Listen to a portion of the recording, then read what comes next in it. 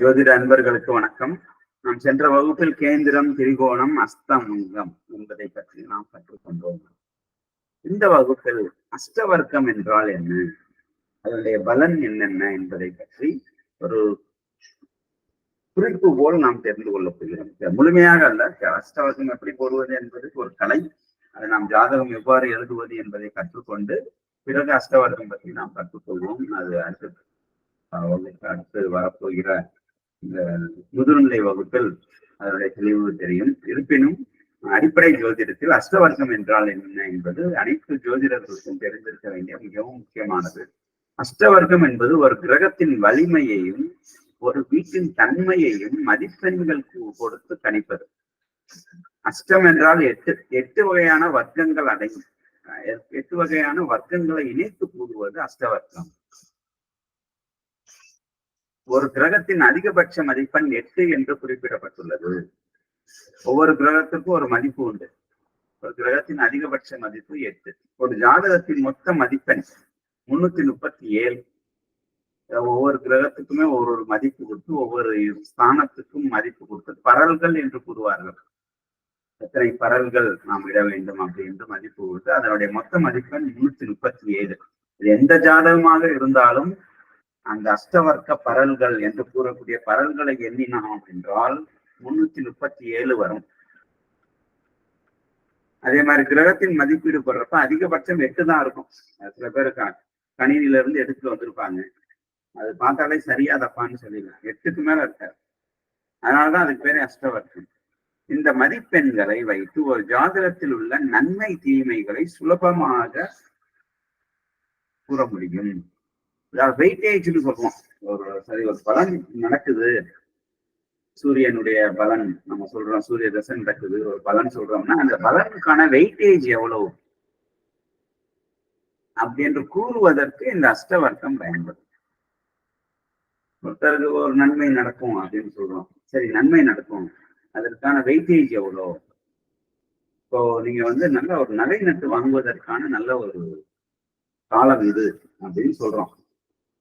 என்ன நகை நட்டு வாங்குவோம்? 2 கிராம் குண்டுமணி வாங்கலாம், இல்ல 20 பவுண்ட்ல ஒரு தங்க சங்கிலி வாங்கலாம், அல்லது வைரத்தோடு வாங்கலாம், வைர நெக்லஸ் வாங்கலாம். ஒவ்வொருத்தர் அந்த வெயிட்டேஜ் இருக்குல்ல. அதாவது தங்கம் வாங்குவதற்கான யோகம் உண்டு என்று ஒருத்தர் கூறுவோம் என்றால் அவர் 2 கிராம்ல குண்டுமணி வாங்குவாரா, இல்ல லட்சக்கணக்குல மதிப்பு போட்டு வைரத்தோடு, வைரமும் தங்கமும் இந்த மாதிரி ஒரு தோடு நல்ல ஒரு நெக்லஸ் வாங்குவார்.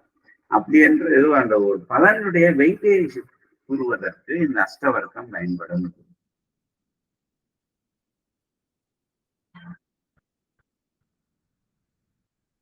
இதற்கு சில மென்பொருள்கள் கொடுக்குறாங்க, சாஃப்ட்வேரை கொடுக்குறாங்க இந்த அஷ்டவர்க்கம் கணிப்பதற்கு.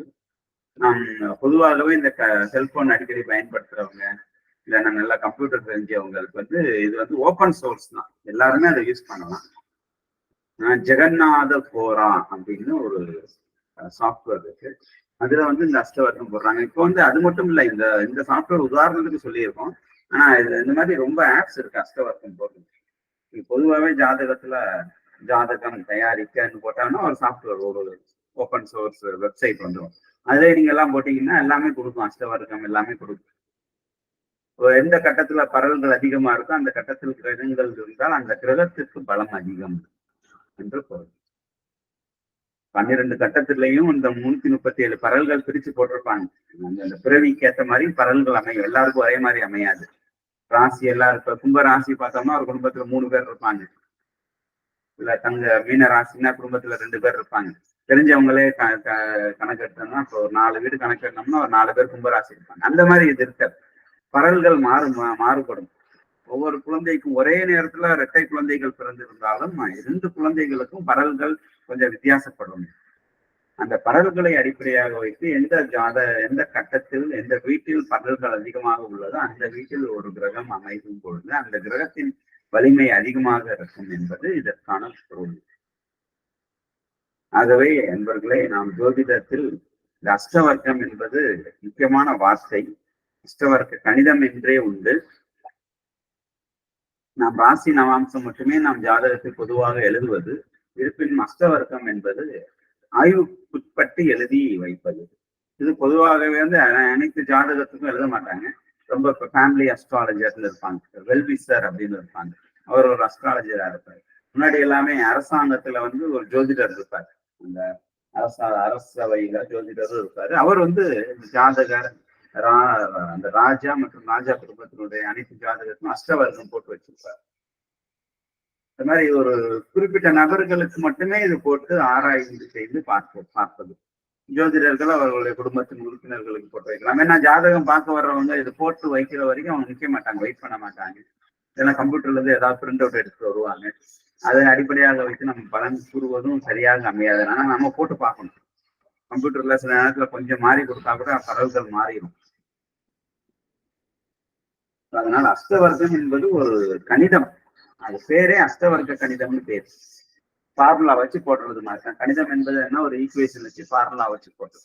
ஒருவேளை ஈக்குவேஷனே தப்பா ஆகாது, ஆனா கொடுக்குற நம்பர் இன்சர்ட், அந்த இன்புட் தப்பா இருந்துச்சுன்னா அவுட்புட்டும் தப்பா இருக்கும். ஃபார்முலா ஒண்ணுதான் அந்த மாதிரி. அதனால நம்ம அஷ்டவர்க்கம் என்பது என்ன என்பதை தெரிந்து வைத்திருக்க வேண்டும். அதனை அடிப்படையாக அவர் ஜாதகத்திலும் அந்த குடும்ப உறுப்பினர்கள் ஜாதகத்திலும் ரொம்ப முக்கியமான நபர்கள், இவர் அடிக்கடி எந்த ஜாதகம் பார்க்கிறாரு, அவருடைய வெல்விசர நீ நினைச்சிருக்காருன்னா அவங்களுக்கு இந்த அஷ்டவர்க்கம் போட்டு பலன் கூறலாம். நாம் இதுவரை அஷ்டவர்க்கம் பற்றி கற்றுக்கொண்டோம். அடுத்த வகுப்பில் நாம் காணவிருப்பது நவாம்சம் என்றால் என்ன, அதனை எப்படி பயன்படுத்துவது என்பதை பற்றி நாம் அடுத்த வகுப்பில் கற்றுக்கொள்வோம். வாழ்த்துக்கள்.